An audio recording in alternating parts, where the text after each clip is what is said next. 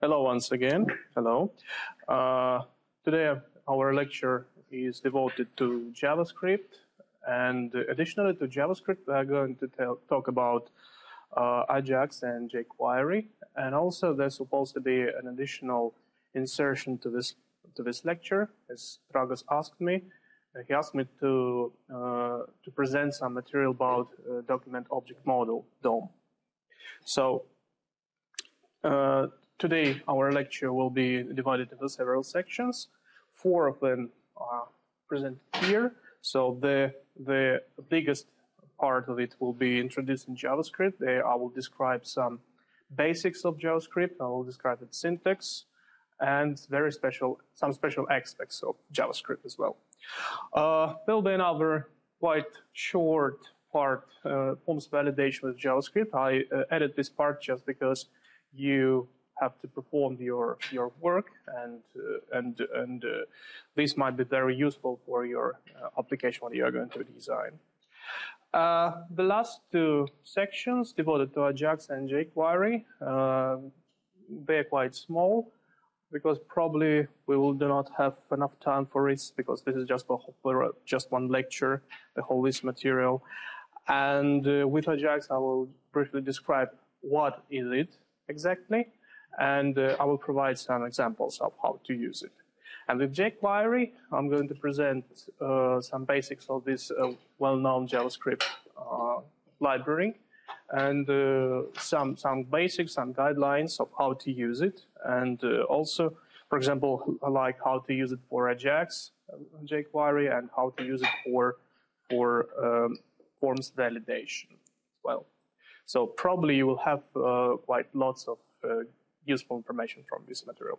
And also, after the first section, after introducing JavaScript, I'm going to switch to another presentation, what Dragos recommended me to do, and say a few words about document object model, because this will be required to go further. Because with the first section, introducing JavaScript, I will say more very general things about JavaScript, not trying not to relate it to browsers, because JavaScript might be used not only for browsers. Okay, let's start. Let's start with JavaScript. Just raise your hand if you're quite familiar with JavaScript. Okay, lots of people, at least they're supposed to know what JavaScript is. So this is a script language. This means what you're going to create some scenarios, some scripts in JavaScript, and it's widely used in modern browsers, but not only in modern browsers. For example, it might be used for Windows scripting host. Have you ever used it or know about it? Okay, so this is a special infrastructure of Windows operating system, which allows you to provide some scripts to manage resources of particular computer. So you can just automate some things with Windows scripting host. Also, it's quite funny because, for example, you can design applications for Windows 8, last Windows version, in JavaScript, and HTML5 with CSS free. Quite interesting stuff. So you might be very, very familiar with this. I hope so. Also, let's get back to our JavaScript. This is interpreted language. So basically, in browsers, for example, this language does not compile. It doesn't use compilers. It uses just interpreters. So every line of code is compiled separately, one after the other. Also, JavaScript is object-oriented programming language, but object-oriented programming is very specifically implemented in JavaScript. It's prototype-based object-oriented programming. For example, there is no such thing where you, like in general object-oriented programming, like a class. So basically, in JavaScript, you do not use classes. Also, JavaScript is a dynamic language. So, for example, you can write your program while it's already run. So executing program can attach some portions of code to itself. JavaScript is a weakly typed language, so this means that some assignment operations, they might be not very safe in strongly typed languages, but this is allowed in JavaScript. So you can, for example, concatenate strings and numbers. Also, functions in JavaScript are first-class citizens or first-class objects.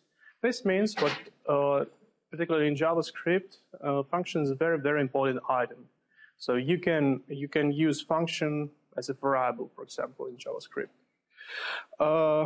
Well, we will see it more further when we get down to functions. And also, JavaScript is well known as JavaScript, but this is not the only one name for this language, because in fact this is a standard ACMA 162, and the official name of JavaScript is ECMA script language. So if you would like to look for a standard for JavaScript, just you have to look for this standard. And also the early version of JavaScript name was LiveScript, but JavaScript was registered name. And also probably some of you know what JavaScript was originally proposed for Netscape Navigator. But recently this language became very popular and it's supported by all modern browsers. Good to know where to get additional information about JavaScript. Well, the first link is a link to the standard. It's the last point where you can find out if you have a problem.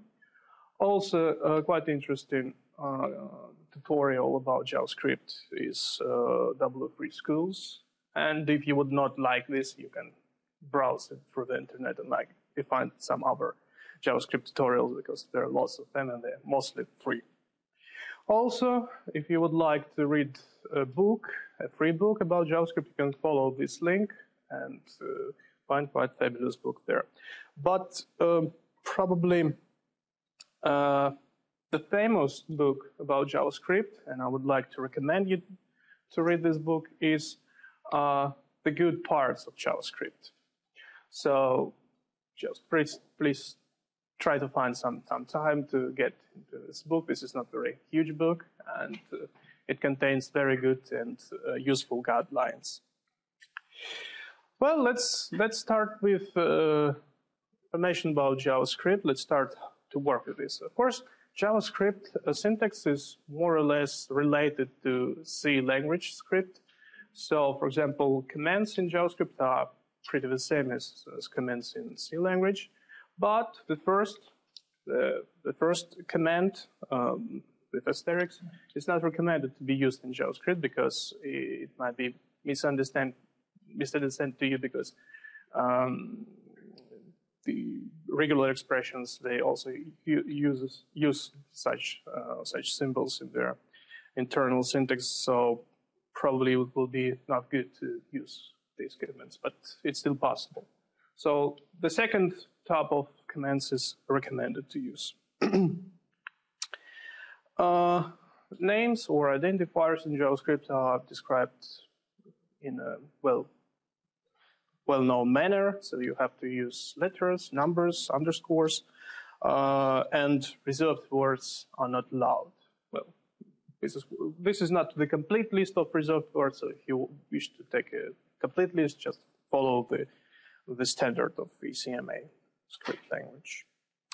Numbers in JavaScript, there is no special numbers for number type for integer numbers or real numbers. There is only one numbers type, number.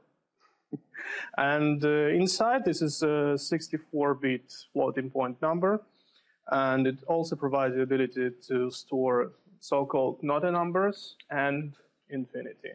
So please tell me, what is not a number? How can you get it? Well, with infinity, it's more or less okay. It's a very, very big number. Yeah? So what is not a number?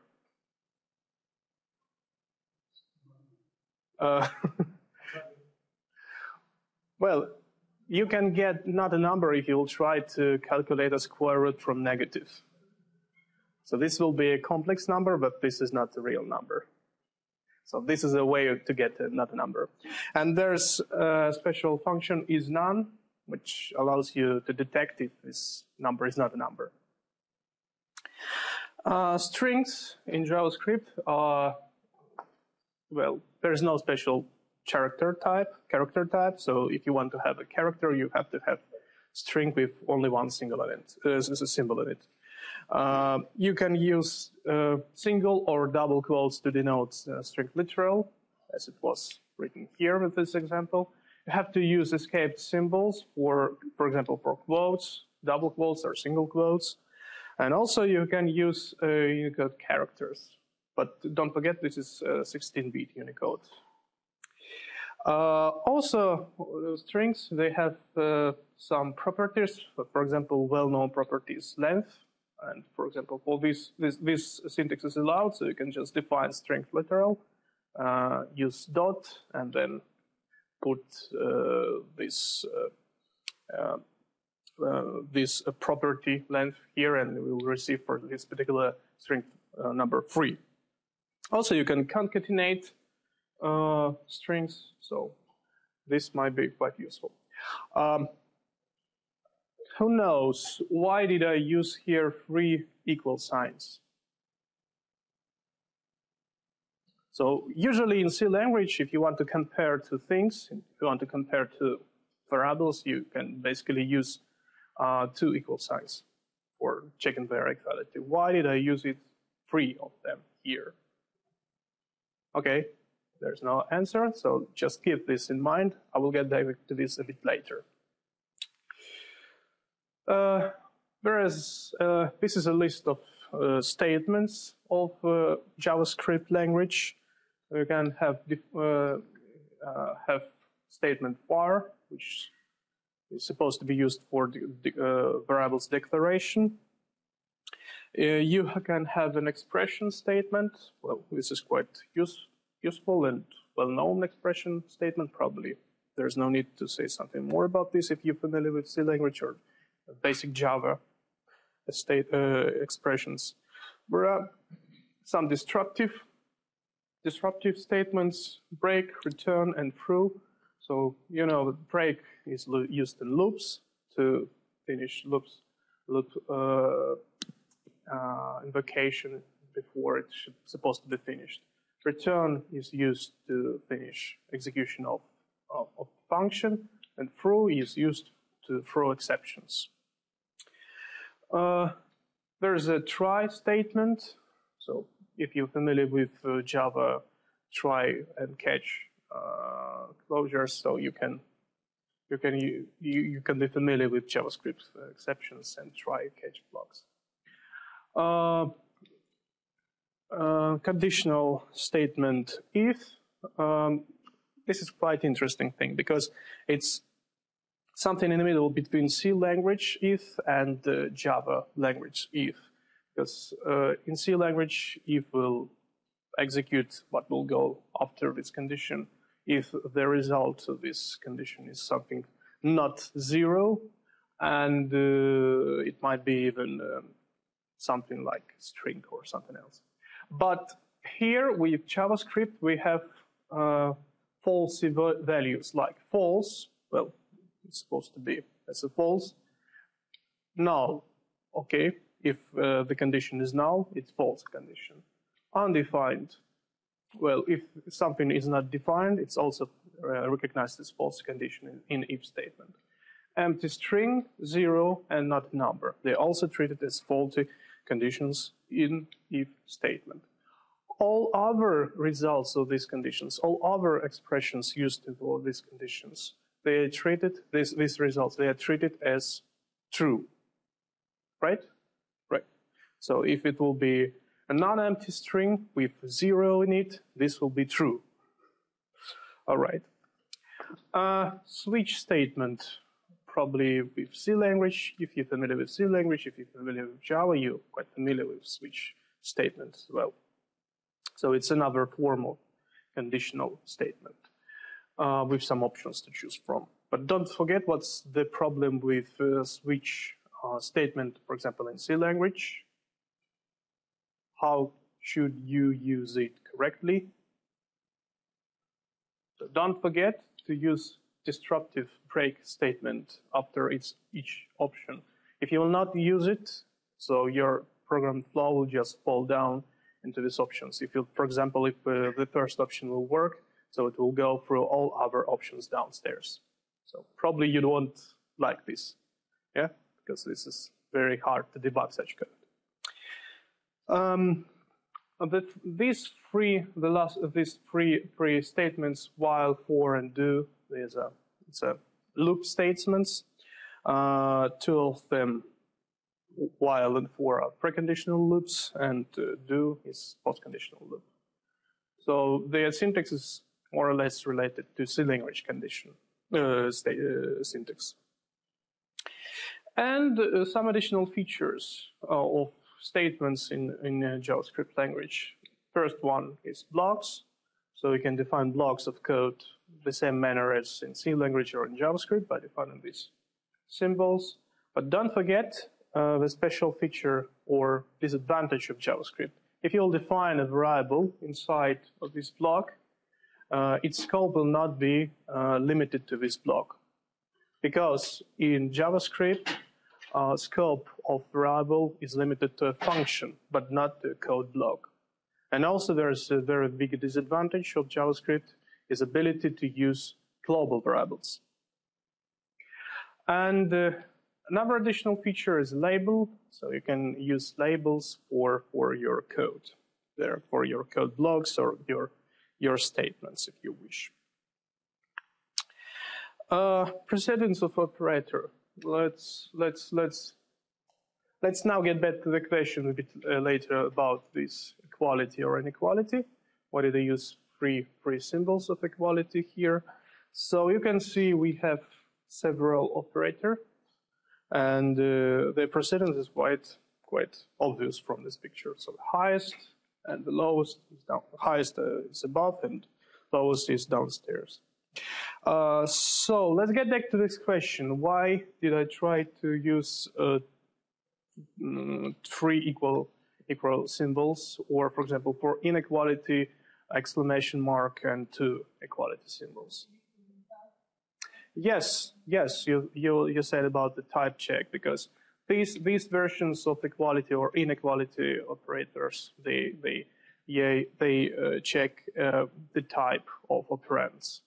But in JavaScript, you can also use, let's say, simplified version of these operators.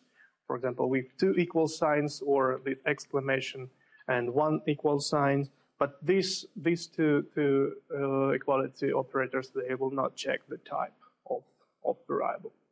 So, for example, you can compare with two equal signs, a number 0 and a string 0, and you will receive true, which probably not very useful sometimes. It's probably a bit unpredictable. Also, I can say a few words about logical AND and logical OR. Can you say something before I say about these two operators in JavaScript? They're quite interesting operators. So, for example, how would you implement a logical AND? You have two operands of this operation, yes? So first you have to calculate if the left operand is true, then there is no need to check the right one, yes? In JavaScript, it is a bit different, but quite similar, because this operator just returns the first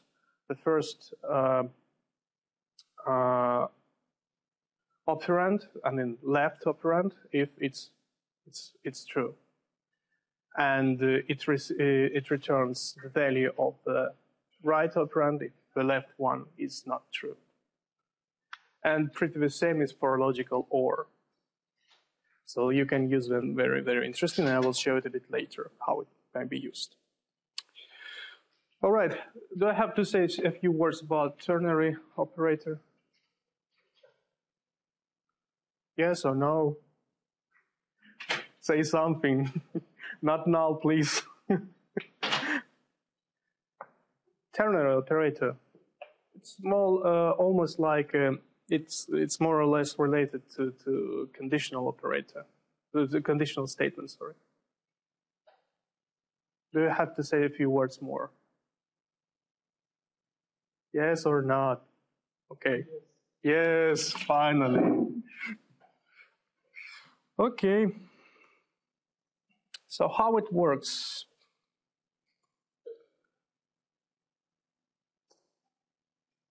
Okay.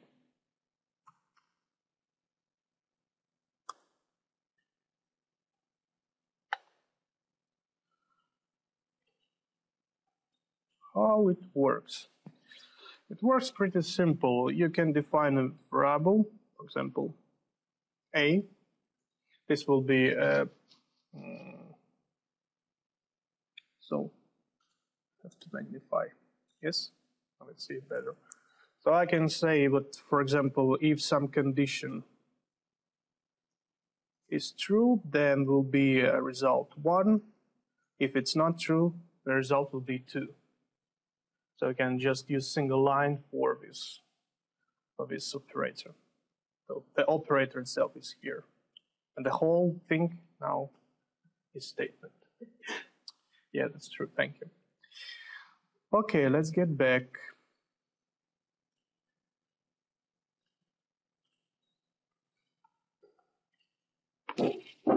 Literals.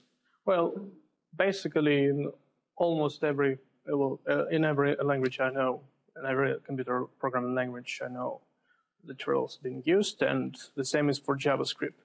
You can define number literals like this. For example, this is a floating point number, but you can define it as an integer number. It's up to you. For strings, it's also like this. Well, nothing special.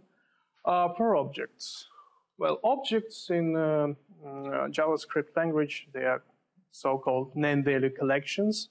The name is a property, and value is the value of this property. And for example, this is a kind of object that contains property with a property name called prop name, and the value 123.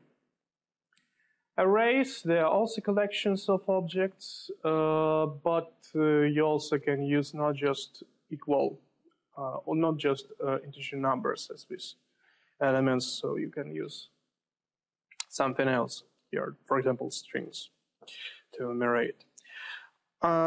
Also functional literal, so because functions in JavaScript language, they are first-order citizens, you can define a function variable, so you can have a functional literal in this way. So you can define it's quite similar to, for example, C language or some other languages. So just don't forget that the keyword function is obligatory here. So you have to use it. Probably there's no need to show how this particular function literal works. And regular expressions. This might look like a bit not complete command, but this is a regular expression if it's not included with single or double quotes, for example. If it will be single or double quotes, it will be string, but without them, this is regular expression. Right? Okay. And finally, we can find out what are the simple types in JavaScript. Not much of them. Numbers. Doesn't matter, integer or real, as I said. Of course, yes. Strings. Also, okay, including characters, because there's no special type for character. Booleans, for true and false values. Okay, quite useful. Okay, and other things are quite interesting. Null and undefined. Well, null is null. You can use it for reference types. And undefined is something what was not defined, because you have to remember that JavaScript is dynamic language. So you can define some structures of this language or not define. And depending on this, you will be able to get the access to the structures or not get. If you will not get it, you will receive undefined. And all other types used in JavaScript are objects. For example, arrays are also objects. So let's see what objects are in JavaScript. So they are immutable key-value collections, as I said previously when I discussed about objects literals. And what object-like types might be? They might be numbers, strings, booleans. They have why they are object-like? Because they also have methods, they're also mutable, but they are not objects-like exactly. The real objects are arrays, functions, regular expressions, and objects as well. Why not? So they are real objects. Okay, what might be a declaration of object and how we can use them? Well, the first line is a declaration of a new empty object. Because in JavaScript, you can define it in a quite similar way to, for example, JavaScript. So you have this parent, let's say parent objects for all objects as object. You can use keyword new, and you will have a new empty object that does not contain any special property in it. So if you will have it, you later can augment it. So you can add additional property to this empty object later. The second line provides us another way of declaration for empty objects. So this is more simple from my point of view, but the result is the same. The third object, user, is, well, basically this is objects declared with object literal. So you can see this object contains three properties: first name, last name, and birthday. Please take a look on last name property. What's the difference between this property and other properties?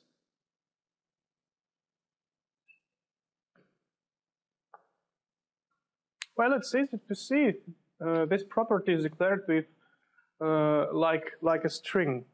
So you have a name of this property declared as a string. So because last name contains sign minus in the middle, so this cannot be a name according to names declaration. That's why you have to use quotes, double quotes or single quotes here, so you can define it like this. And how do you think, what will be the birthday? What's the type of this property would be? This will be string, not date. Yeah, by the way, this is the real birthday of Isaac Newton. So how can you get access to these properties of objects? Quite easy, in a similar way as you did in Java, for example. Another way, because we have a property last name, which is not a name in JavaScript terms. So you can have this syntax more or less similar to, for example, arrays. Yes, so you can have this syntax. And you can try to get an access to an existing property. And this not cause an exception. This will cause the result undefined, because this property was not defined in this object yet. If you will define it later, this line of code will produce some result, but not undefined. How can you protect yourself from these undefined things? Because you might be not so sure if you will have normal result of particular property when you accessing it, or you will have an undefined. So let me see. For example, you would try to get an access to additional property of this resulting object of this property middle name. If you will try to get an access to property length, for example, of this not existing object, you will get a problem with an exception type error. It will be thrown if you will try to execute this line of code if middle name property does not exist. So how can you fix it? You can use a logical AND operator. As I said previously, this is quite interesting operator because it does not take into account what's the type of its operands. It just returns the first operand or the second. So you can just basically check if this middle name exists, so you will get this middle name, or not. And also you can define the default value with or operator, like this. Quite interesting. But this line of code, there you have a length. You have to be careful because you will not get an exception type error here, but you have to check if your variable length will have a value. All right. Additional properties of objects. So, well, what can you do with objects additionally? You can augment them. For example, you have an empty object, and you can try to access to its property, and you will not get anything with you here with this second line of code. Why? Because this property has not been defined previously. But if you will define it like this will be an augmenting of this object. And with this, the fourth line of code, you will receive 123 in view. You can also delete properties. You can use this delete statement. It's not a property, so it will be undefined. And don't forget that objects are always passed by reference. So what is the passing by reference? You should know if you're familiar with C, with Java. What's the passing by reference? You have an object. This is some structure, data structure in memory, and have a link to it, a reference. And then you have an assignment operator for one object to another. There will be no basic data copying of its contents of this object. There will be just reference copy. So this might be noticed. It's not that obvious for beginners. Methods. Of course, we were talking about objects. We were talking about properties. So it's good to have a little talk about methods because objects, they also have methods. So how can I define them? Well, quite easily. The first portion of code is just basically a declaration of some object literal with a journal method 1.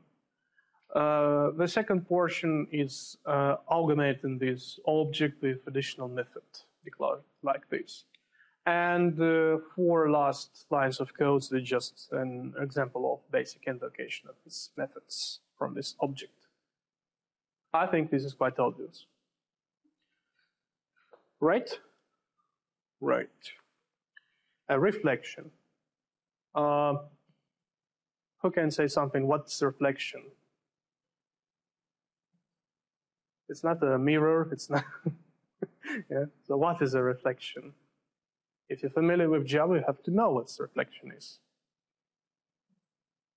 Well, reflection is a special feature of language or framework that allows you to get information about your variables in memory, about the types of in memory existing in your program. So, for example, in JavaScript, what you can do? You can get a type of specific variable. For example, you can get a type of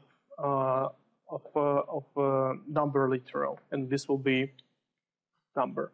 The same as string. For object, it will be object. But if you will try to get a type with reflection of object's property, what doesn't exist, you will have undefined. Also, toString. ToString is a method which was inherited from the objects from the base objects of all objects in JavaScript, from the object prototype, and it does exist, and you will have a function as a result. But if you will try to get access to a constructor, you will also have this result. So this will be a result taken from the object prototype. Well, we will get back to these prototypes when we will talk about object-oriented programming in details. Also, there's interesting feature of objects is a method has own property. It allows you to check if a specific property exists in this specific object, or not just exists, but does these particular objects contains this property, or it was, for example, inherited from this prototype. So, for example, for property P, it will be okay because it was declared here, but for constructor, which is there, it existed, but it was inherited from the base object's prototype, it will be false because it's not declared in this object all. And the last lines of code allows you to enumerate members of this object O with for loop. You can see it looks like for each loop in some languages. So you can just basically enumerate in all elements of your object O. But be careful because you will enumerate not only properties, you will enumerate everything what you will get there, and the order of this enumeration is not specified. So you can get them in these elements in a random in a numbers sequence. So the order is not guaranteed. If you want to guarantee an order, you have to use for with usual way of implementation, like in C language. So, for example, you can check if it's not function, you can write on your document. So you can use this document write ln statement to write some things in the screen. Okay, and additional interesting things about keyword this and function invocation. So, well, in basic, for example, in C language, you have only one option to invoke function. You can just basically invoke it and that's it. But in JavaScript, you have several ways of function invocation. 4 of them. The first one is basic function invocation. So you can just basically specify a name of function and specify parameters for its invocation, and you will get inside of this function ability to get restricted variable this. So this will be a global object which will be used for this function inside of this function. Basically, in most cases, in browsers, this will be a browser window object. So you have to be careful. Why you have to be careful? Because when did you use this keyword? When did you use this structure, this, in your language? For example, in Java, you can have this to have the link, the reference of existing current object of this particular class. But in JavaScript, this works differently. In functions, you will get a reference to a specific object called global object, which mostly will be browser window. If you invoke a function as a method like this, you will get more or less familiar implementation of this feature. So this will be equal to invoking object. But you can also in JavaScript have another way of invocation as apply or call. So you can augment this particular variable with additional function. So you can augment this object obj with additional function. You can call it, invoke it like this with apply or like call. Well, this is pretty the same, and you will have this here equal to invoking object obj as well. So this is quite similar to basic method invocation, but the form of this method invocation, the syntax is a bit different. And the last one is a constructor call. A constructor call means what you will have to use u keyword before the name of your function. And in this case, this will be equal to the reference to created object, because this statement is used to create a new objects. So in different places you will have different this. This will be a reference to different objects. How can you fix this? Because this is a bit unpredictable manner. How can you fix it? Well, you can define your object like this, and you can augment your object with additional method. So you can have my method added to this object as a function. With this, within this function, you will have to have this statement. This is quite common statement for JavaScript. It's a pattern for JavaScript. You will have to assign variable that a value of this. And within this function, helper function, you can access to this that variable. And this value will be to invoke an object. So that will be a link to invoke an object by object. And here is an invocation of this created function. One can say, why this is so complicated? Why do we need this? This might be useful if you want to invoke functions inside of your functions. And also you can see that you can even define functions inside of another function in JavaScript language. And basically, the last portion of this example is what you can basically invoke this method and check the value of your variable, of your property assigned to this object. Okay, it's time to take a break. All right, is it time to continue? Yeah, probably yes. All right, let me get back here to this slide and just remind you what we are fixing the problem with this keyword, because inside of this function helper, it will be linked to a global object, because function here, helper, is invoked with a basic function invocation.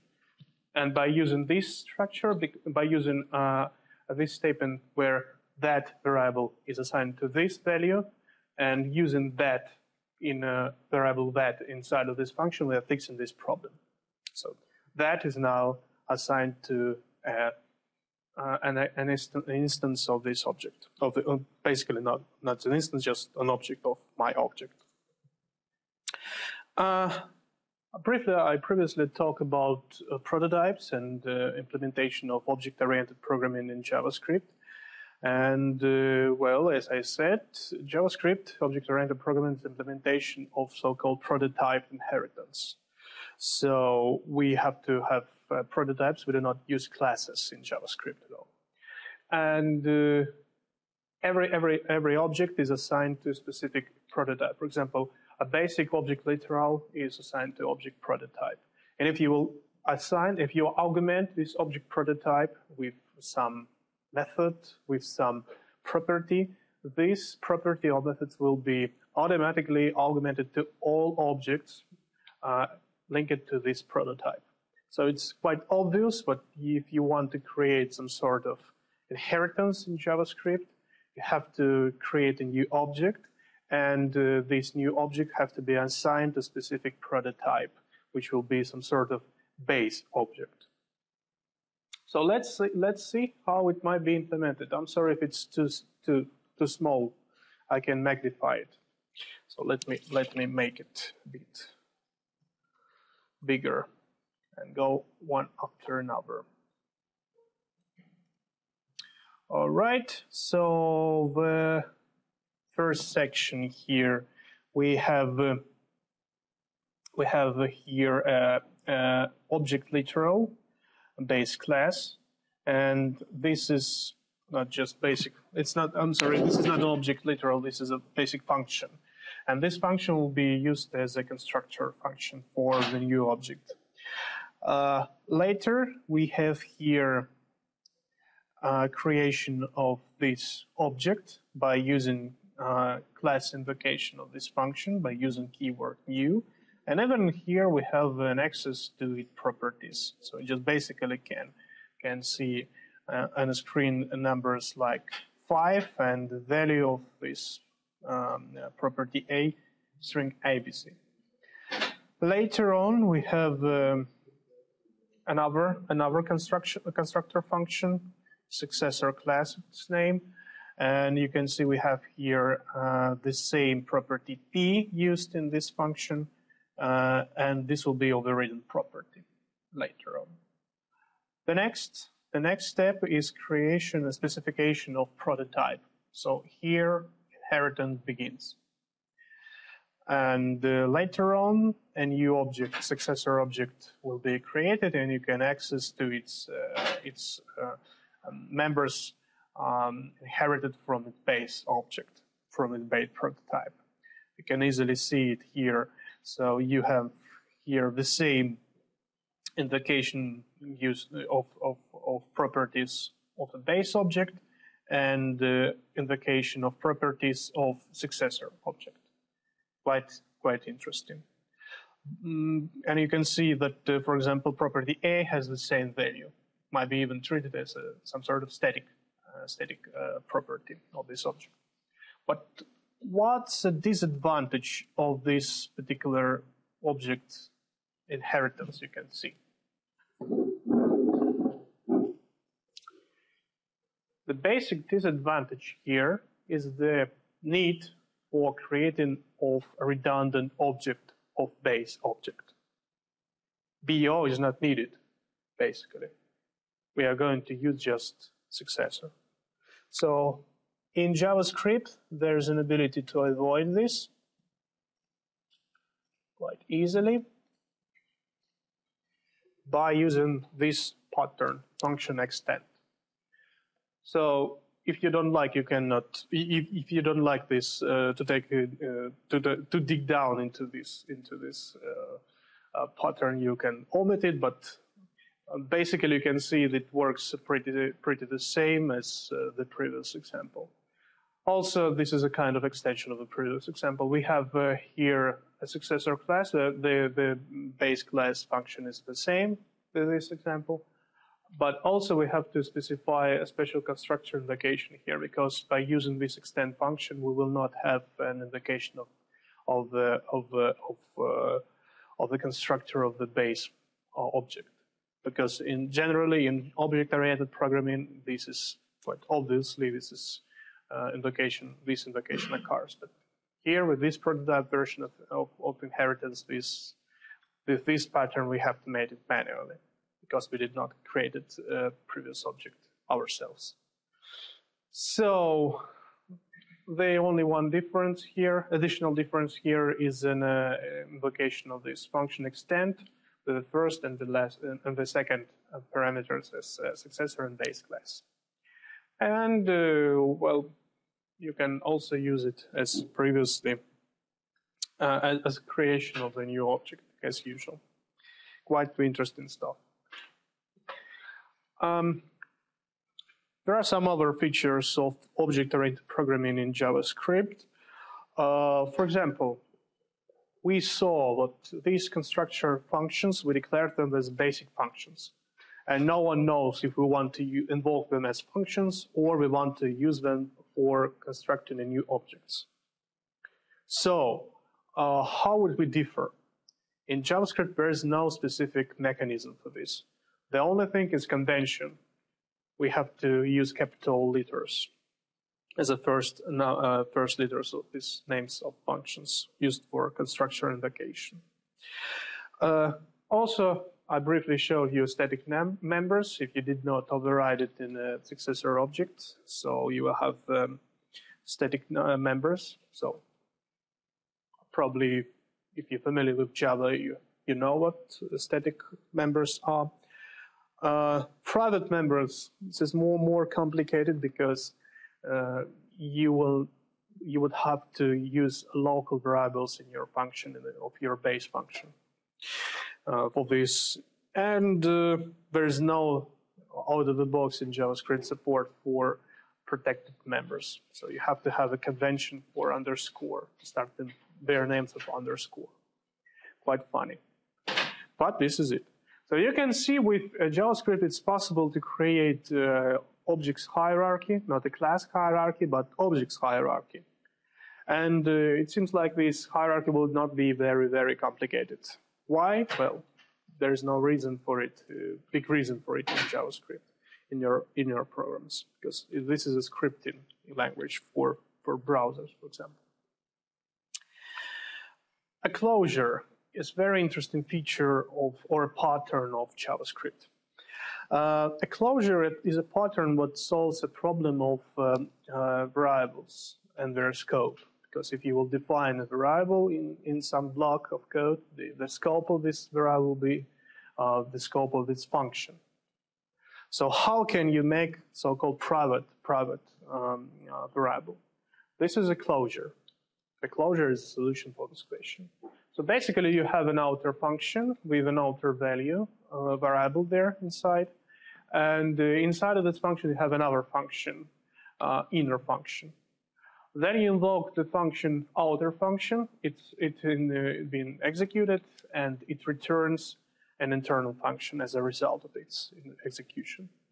And later on, you can save this result of this invocation in some variable, and you can invoke it again.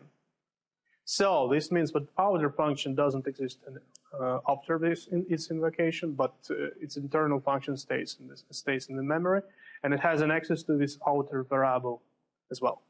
And this variable became a local variable. Interesting.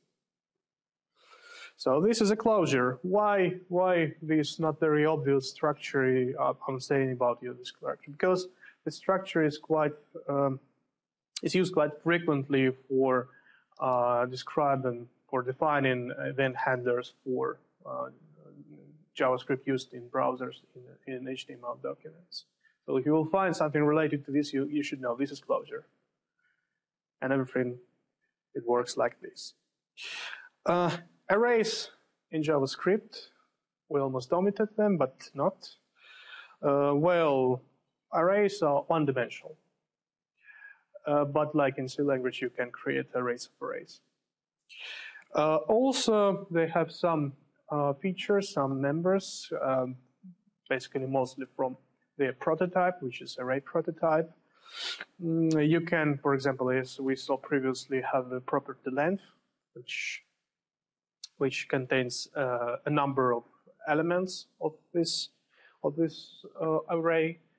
Also, you can delete elements. You can delete a special element. You can delete some portion of the array. You can use array as, for example, as a stack, and you can shift most members of array to the left, to the right. So it's quite interesting.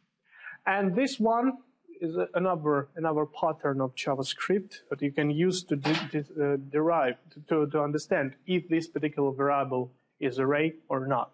Because if you'll try to check its type by using typeof statement, typeof operator, you will have a result object. So arrays should be arrays, but they are objects in this case. So how can you check it? First, you have to check if it's undefined or not. If it's undefined, this is not an array. Second, you have to check its type. It's supposed to be an object, but this is not enough. You have to also check some additional members, what's supposed to be different for arrays than from objects. So you can check property length and a function or a method splice. And also, it's better to check if this property length it's enumerable.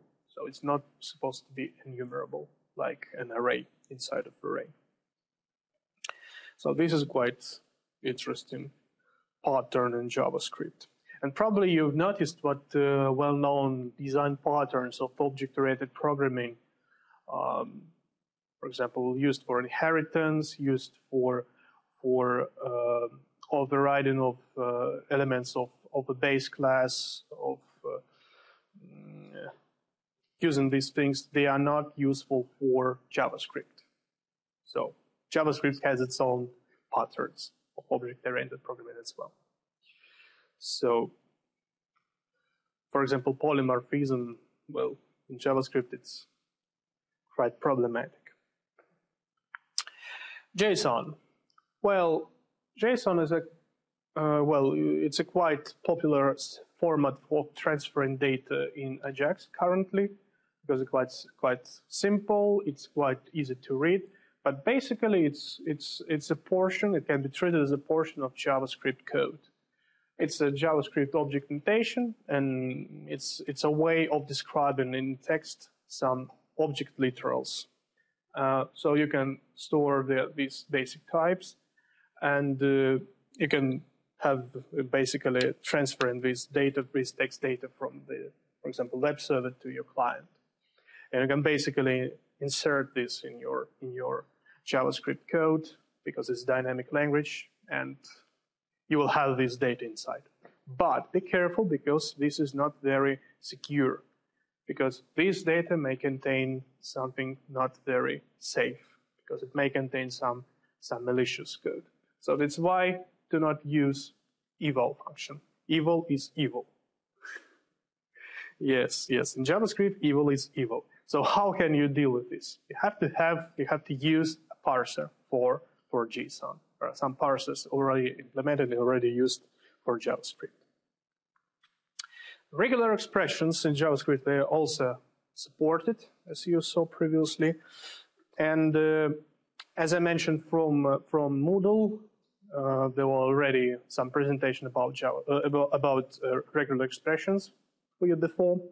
So I decided what basic regex syntax goes beyond our lecture today.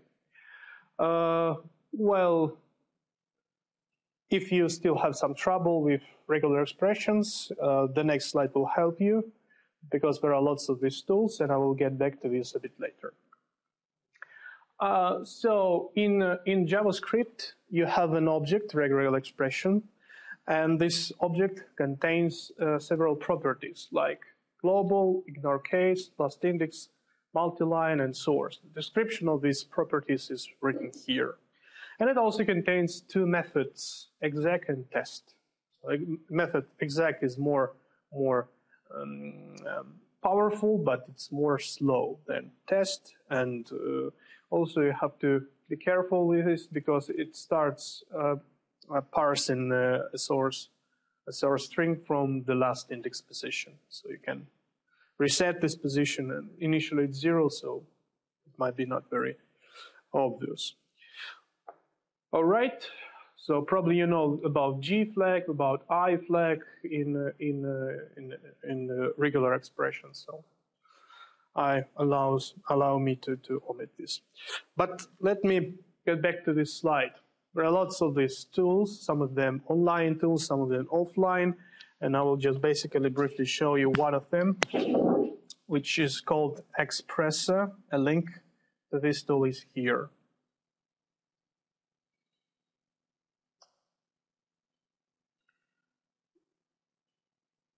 Okay, so there's some hint here. So how does it work? You can switch to design mode, and you can basically design a special regular expression from its parts, and you can analyze existing regular expression here. So you can see that this particular part is alphanumeric 1 or more, and so on. Also, there is an expression library here. For example, if you would like to check URLs, there will be some of them. Also, there's for email address and so on. So you can use these regular expressions already prepared for you, if you don't like to design them from scratch. And also, there is a test mode that allows you with some basic text to analyze it with this particular regular expression and check if it's much, and take some parts of its text as results of this parsing with regular expressions. Quite interesting tool from my point of view, and I suppose this might be useful for you as well. Right? Okay, not save anything. Let's go further. As we said about regular expression tools, it's better to say something about JavaScript tools. What are they for? Well, the first one, JSLint, is a tool what allows you to check your code for safety, for compiling to guidelines, and so on. By the way, this tool was designed by the author of this book, but I featured in the beginning of our lecture. The next link is a debugger for JavaScript. This is another link is a special tool for regular expressions used in JavaScript, and the rest of just also some debuggers and so on. So if you would like to have some more, you can always Google it. Okay, but before starting the next part, I have to get back to the lecture what Dragos asked me to perform. All right, now let's do it. So DOM, Document Object Model. Well, there's lots of text here with this presentation, so I will partially read it, partially make some comments. So there's a description of document object model here, quite long one, and basically what it is. Basically, it's a way of description of existing document and a browser in a memory, existing in the memory of your computer, and it allows you to have some sort of XML structure and use special XML tools to parse it and to address within it. So it allows you to take some data with your DOM. So basically, this data is a link to your structure of your HTML document, what you have in your browser window, and also itself it's a browser window description with its existing objects. How it composed, how it's structured. It's a collection of nodes, and these nodes might be tree-based or object-based. With the tree-based structure, you can go with this tree. You can parse this tree, going from one element to another, going from one leaf to another, and getting useful information. These nodes types, they are documents, elements, attributes, and text, and CData command, and some other fragments. So if you are familiar with XML, you can see that this is more or less related to the same thing. Because, well, of course, even with XML, you can also have your own DOM structure of this document. The same is here, so approach is pretty the same.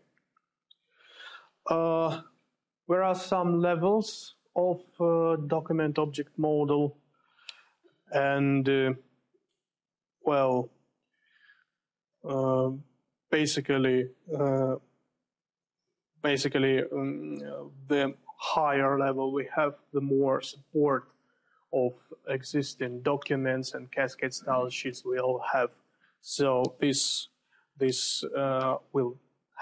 will have by using a higher level of DOM, we'll have more features and more support of modern technologies.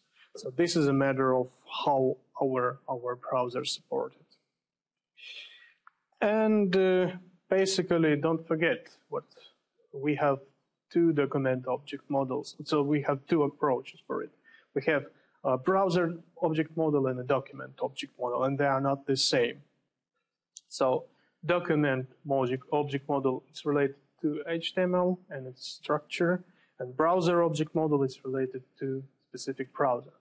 So why they are different?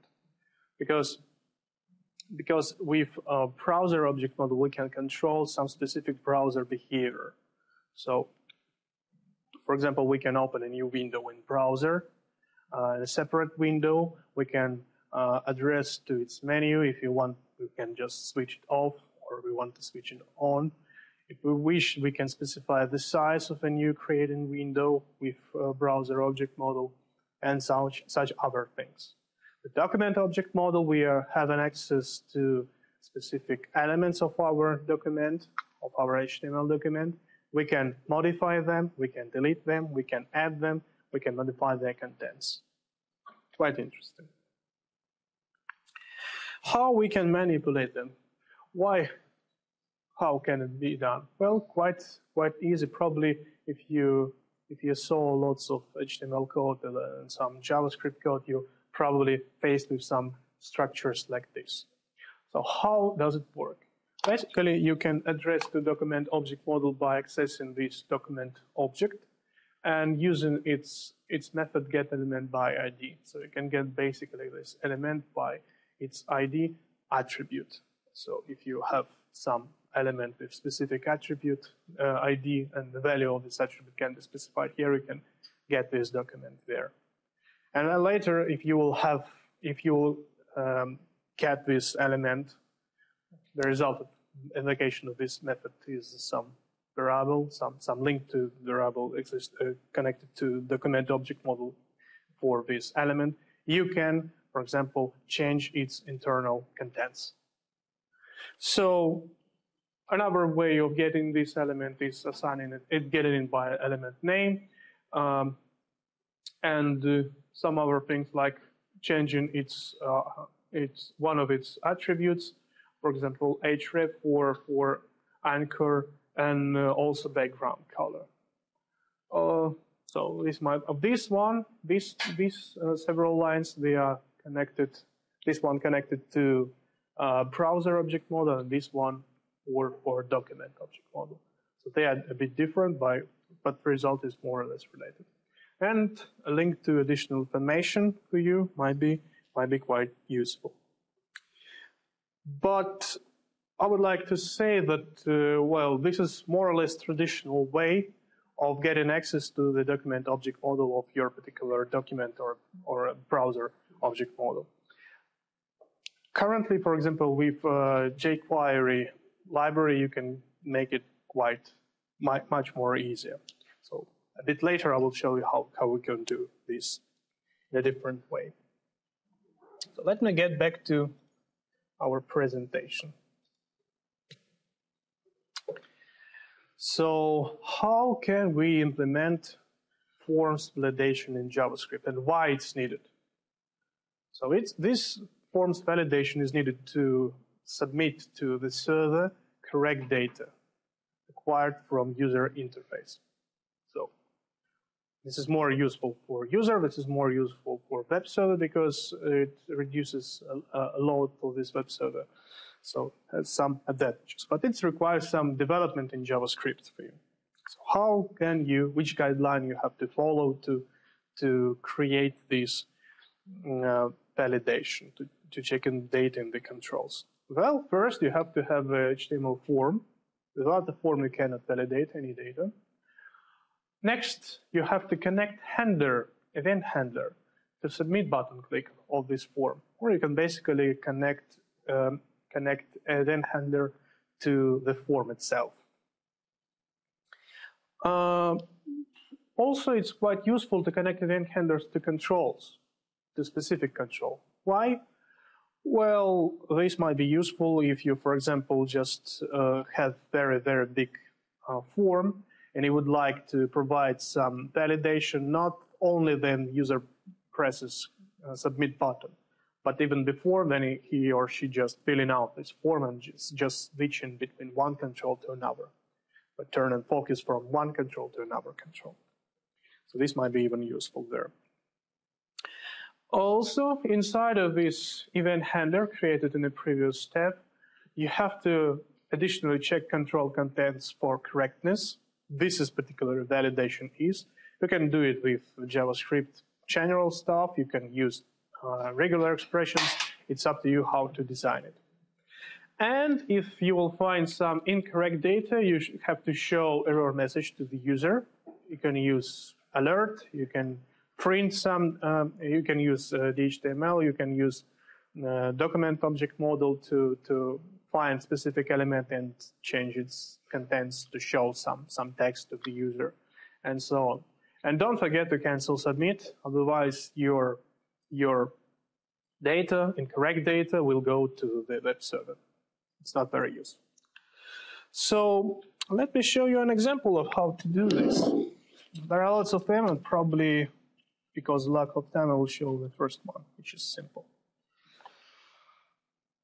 So, does it work? Yes, it's work. Let's see this example. Can you see it? Can you see it? So, if you do not see it, I will magnify, because probably people from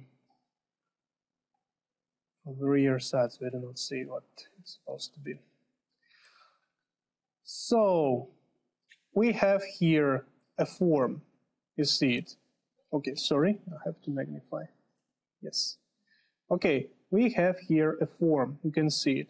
And you can see an action and also a assignment of event handler to submit of this form. And the form itself contains just one basically control, input, and submit button. Also, we can see here how the JavaScript was embedded in our HTML file. You can see this function, validate form, which was connected here as an event handler. And what else? What here? It was basically checks the contents of our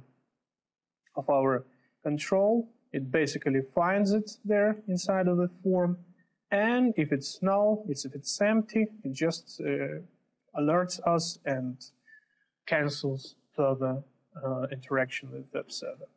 Let's see how it works. It's not filled. And if we will try to fill something there, it's okay. You see it. So we can even press our famous, fabulous F12 button and go to networked and capture. What was there? Yes. And we can try to submit button. Try to submit button again, and we can even see what was there. It was a request, method post. The body contains what we inserted in our text box, and we even can see what was in the response. So it was processed by the web server correctly. Right? I think it works. Okay, so let's move to Ajax. So what is Ajax? Ajax is asynchronous JavaScript and XML. Became famous in 2005, as far as I remember, and it was more or less popularized by Google. Why? Because of fabulous application Google Maps. Yes? Without Ajax, there will be no Google Maps. The acronym Ajax still remains, but actually XML is more or less not used now in Ajax, because the data submitted to the web server and going back is usually JSON, not XML. But initially it was XML. So what's the principle? We have a dynamic server requesting, which is on the fly. It's invisible from the user usually. And inside it uses XML HTTP request object to submit this request to the server and receive results with responses from the server. Also, the updates might be performed by using this iframe tag, an element specific in HTML. And also, it's possible to use dynamic creation of images and scripts according to Ajax. And of course, the HTML with DOM, because without DOM, we will be unable to modify the structure of existing document in the browser. What's the advantages and disadvantages of Ajax? Basically, it's supposed to reduce the traffic because we will not have to submit more requests to the server, and we will have more slight replies from the server.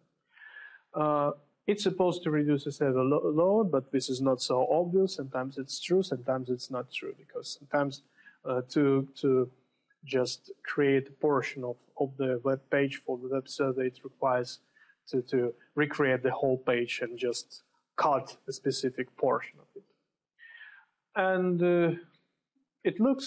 our application looks closer to Windows applications. Well, it looks for just user, but for developer, it's additional headache. And disadvantages, of course, some common instruments of browser, usually they missed in Ajax. For example, back button may just basically not work. Well, in modern implementation of Ajax, it usually works, but you have to be familiar with them, and you have to specify correct settings for them. So you basically have to use them correctly. Also, search engines and search engines optimization for dynamic content works pretty poor. And client load increasing, because client is not so thin anymore, it's quite fat. Because it has to run this JavaScript, which is interpreted, remember? And it has to process some data, it has to perform some asynchronous request to the server and process its replies. Well, it's not really easy. It's not really hard to guess how it works. We have some sort of Ajax agent there in our browser, and some requests to this engine from the user interface, from user activity, they can be performed particularly only on a client side. And also, you can see what these requests and response to the server, they just may happen asynchronously. So it's not very obviously, but this particular request from the browser, from the user UI, will cause this particular request. It might be processed a bit later here, and so on. So what are the guidelines for Ajax? Well, you have to create basically an object of this object of this type, and you have to create a request to the server using a get or post. So you have to use the method open to design this specific request, and you have to use a send method to send it to the server. And it's good to use asynchronous invocation of these methods, because if you will have the synchronous invocation, your user UI will stop until you will receive response from the server. It may take several seconds, usually. After you received a response from the server, you have to analyze it, and you can do this by using these properties, response text and response XML. And you have to update HTML of your documents, so you have to address your document object model and modify specific element as you have to do. And there's an example. Let me show you how it works. And additionally magnifier. And additionally magnify, please. So what we have here basic HTML document with just one div. Okay, sorry, we cannot see it, but we will be able. I hope. Yes, we are able. Okay, so we have here a div. Inside of this div, we have some content. Also, we have a button and an event handler of clicking on this button. And event handler is this function. So a function called load XML doc. Here we have to create an XML HTTP request. For all browsers, we have to use ActiveX object. But for modern ones, it's more or less okay to use it's from browser object model. And currently here we have asynchronous call for this server. So we have asynchronous model, we have assigned a special property onReady state change to specific function declared here as well, and this function will be invoked, then we will receive response from the web server. And this function, it just finds specific element myDiv, this is it, and modifies its contents according to the response text. And finally, we are constructing request and sending it to the server. And let me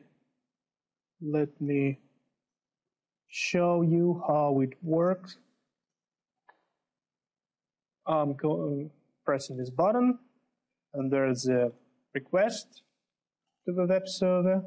You can see this request has a method get. How we did it?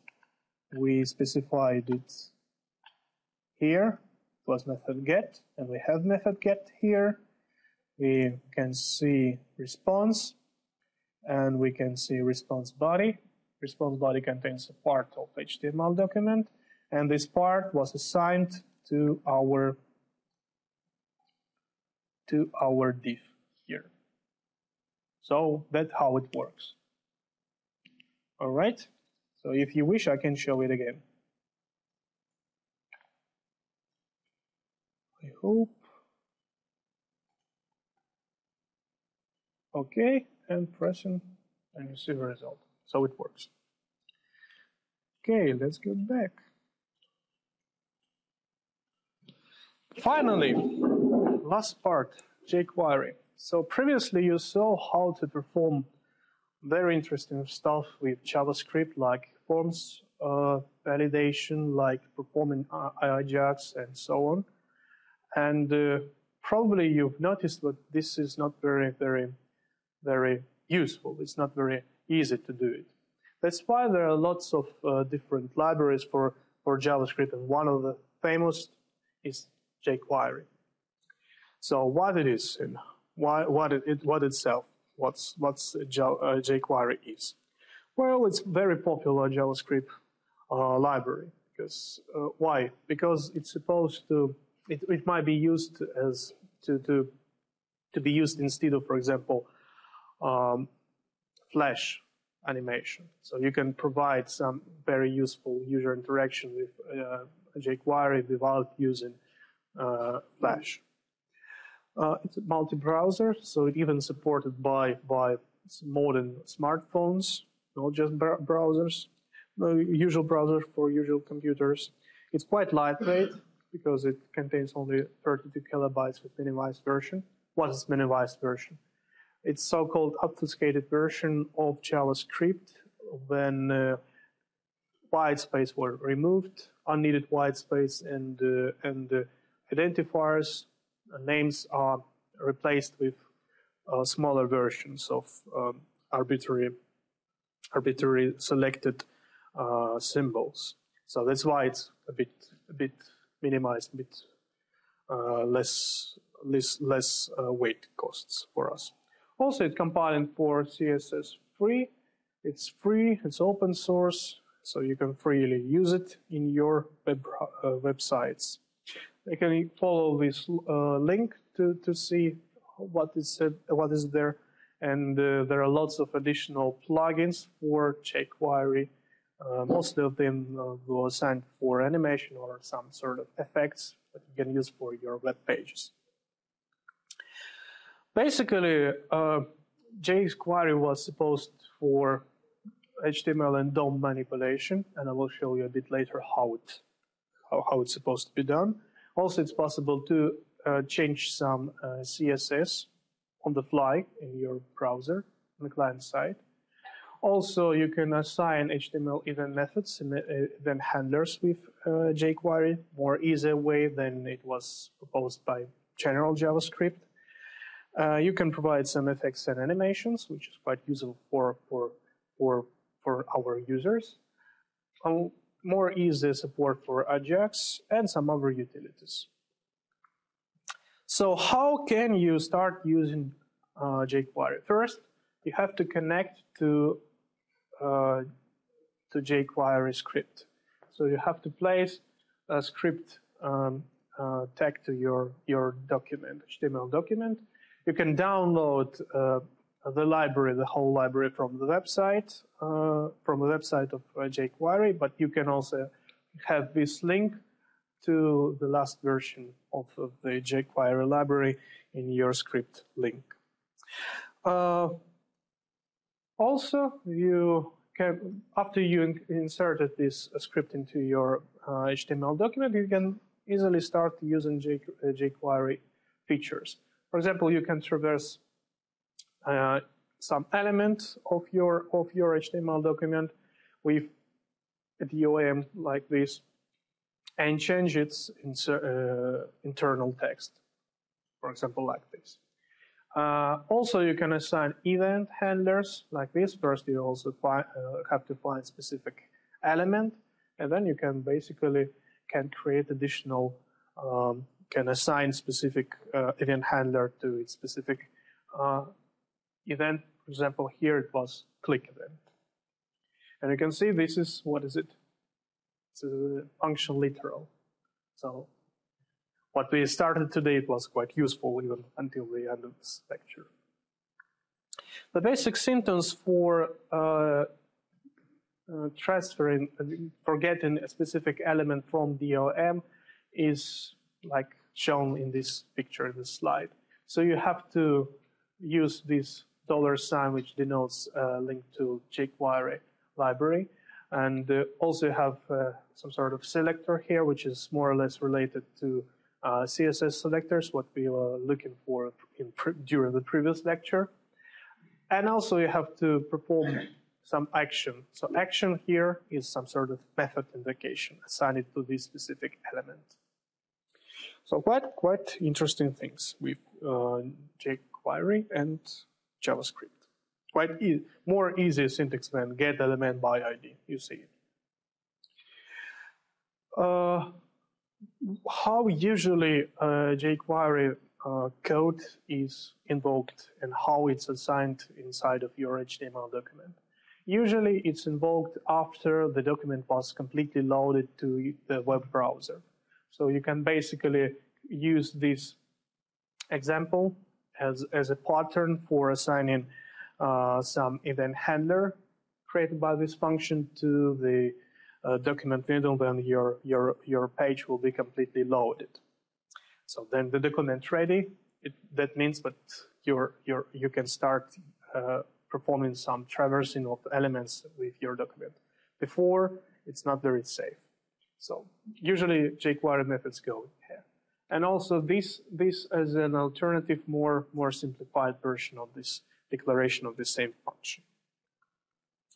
You can create an event handler for specific, for example, div element on your document. For example, this will be for all divs. You see it, and it provides an ability to design a special event handler inside of this function. So this one will, if you will click with mouse on each of your divs in your document, it will just hide all of them. You can, by clicking all divs, you can kill them all. And which usage scenarios might be useful for jQuery? Well, if you want to look for selectors and special information about them, so how can you traverse your specific element, you can follow this link, and you can see this table with some examples, and you can see that these selectors, they are more or less related to the selectors of CSS. You can also perform forms validation. Let's see how it works, because there's a special plugin for forms validation with jQuery. So you can see the demos here. So you can see how it works, and you can see that we even can highlight specific problem with jQuery quite easily. And it's not very problematic to understand how it works, because we can basically view the source and see, we have the table of our form. This is our form. Probably I will have to make, oh, I'm getting out of time, I'm sorry. I'm almost on the last slide, last thing. So you can easily see that it just assigns some special things, some attributes to these controls that were used in this form, and by parsing these attributes, the script of jQuery, it provides some sort of validation, so it's more easy to do. And Ajax, I'm sorry, probably you can follow these links yourself. There are lots of ready-to-use code and working examples of forms validation and Ajax using JavaScript, so they are more simple to be used in your real solutions. So thank you for the attention, and if there will be any questions, I'll be happy to answer. Thank you very much. Kiitos. Tak.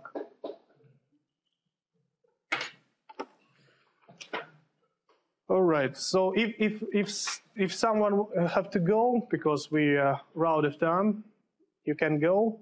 But if you still want to see, I can still show you how to, for example, perform validation with jQuery in a more normal way, or perform Ajax. You can stay, and I can show it to you with presentation, or just you can come to me. So anyway, thank you very much.